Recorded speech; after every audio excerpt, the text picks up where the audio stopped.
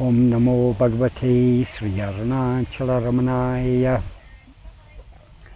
The fifth and final question I've been asked today is, although many deep-rooted attachments have fallen away on their own, I am still not sufficiently detached so as to surrender completely and experience total contentment at all times. This may have to do with the fact that I still identify myself with the body at some level, albeit not as strongly as before. Is uninterrupted self-attention the only means to overcome this? Yes. To put it very simply, that is the only effective means to give up this dehatma buddhi, this false identification of ourselves with the body. Self-attentiveness is the only means. Our aim is uninterrupted self-attentiveness. Of course, that is the ideal towards which we are moving. We shouldn't be disappointed if we haven't yet attained uninterrupted self-attentiveness, because that is the ideal, is to be self-attentive at all times until we dissolve in our source. In practice, because the mind, the Shaya vasanas are still there, pulling the mind outwards, we will keep on succumbing to the sway of the Shaya vasanas again and again. Again and again our attention will go outwards. Again, whenever it goes outwards, we have to bring it back in again. That's the only way. So though that is the ideal towards which we are moving, we shouldn't be dejected because we are not able to hold on to self-attentiveness all the time. As we follow this path, attachments and so on do drop off, at least to some extent. They get weaker. Things that in the past would have been very important to us, or things that would have upset us greatly in the past, they have less effect on us now. So our attachments are getting weaker.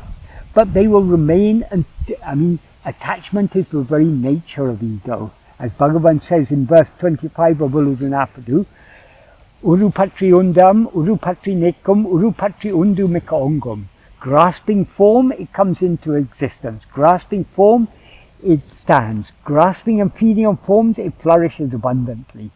Such is the nature of ego. So grasping or being attached is the very nature of ego. So there will always be attachments until the root, namely ego, is destroyed. So we just have to persevere in the practice, trying to be self-attentive more and more and more. The second sentence here, this may have to do with the fact that I still identify myself with the body at some level.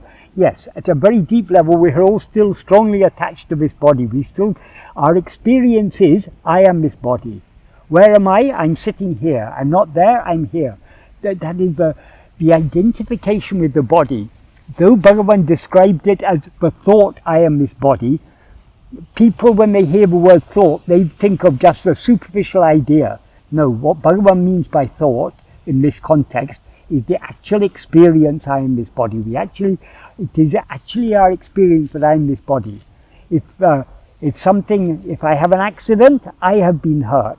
What has been hurt? It's only the body that's been hurt. But because in my experience, this body is I take it to be, but in my experience, I have been hurt. So the identification of the body is so deep-rooted. And this false identification with the body, this is ego. This is the nature of ego, is to be always attached to, is to always attach itself to and to identify itself with a body. That's why ego is called dehabhimanam, the attachment or identification with the body.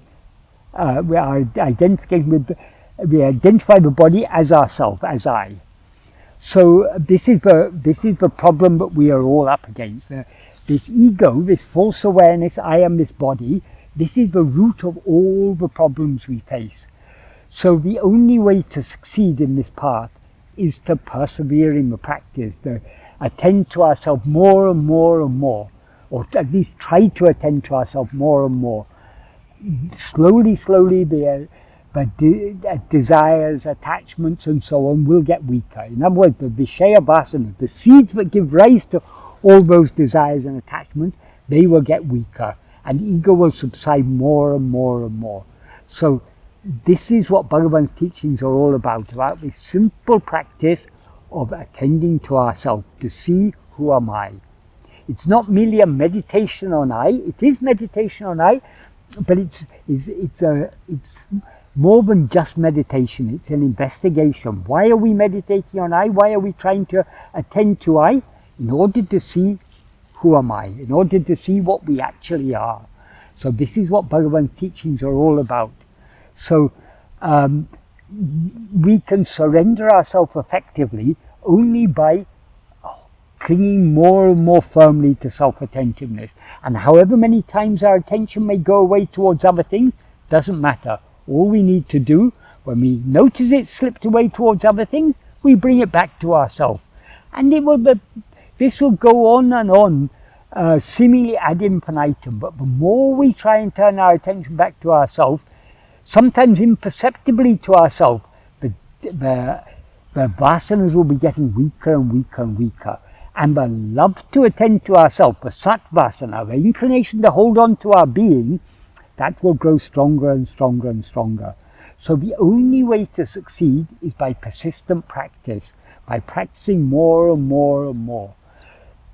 It doesn't matter how many times we may seem to fail in our practice, the fact that we are trying to be self-attentive is all that is required. Everything else will be done by Bhagavan. He is the one who has given us the love to try to be self-attentive, so we must make use of that.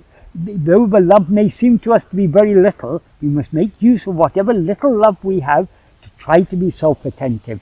And the more we are self-attentive, the more the desires and attachments and Vishaya Vasanas will get weakened, and eventually they will become so weak, and our love to hold on to ourselves will become so strong that we will merge back into our source, ego will be devoured, and that will be the end of the story.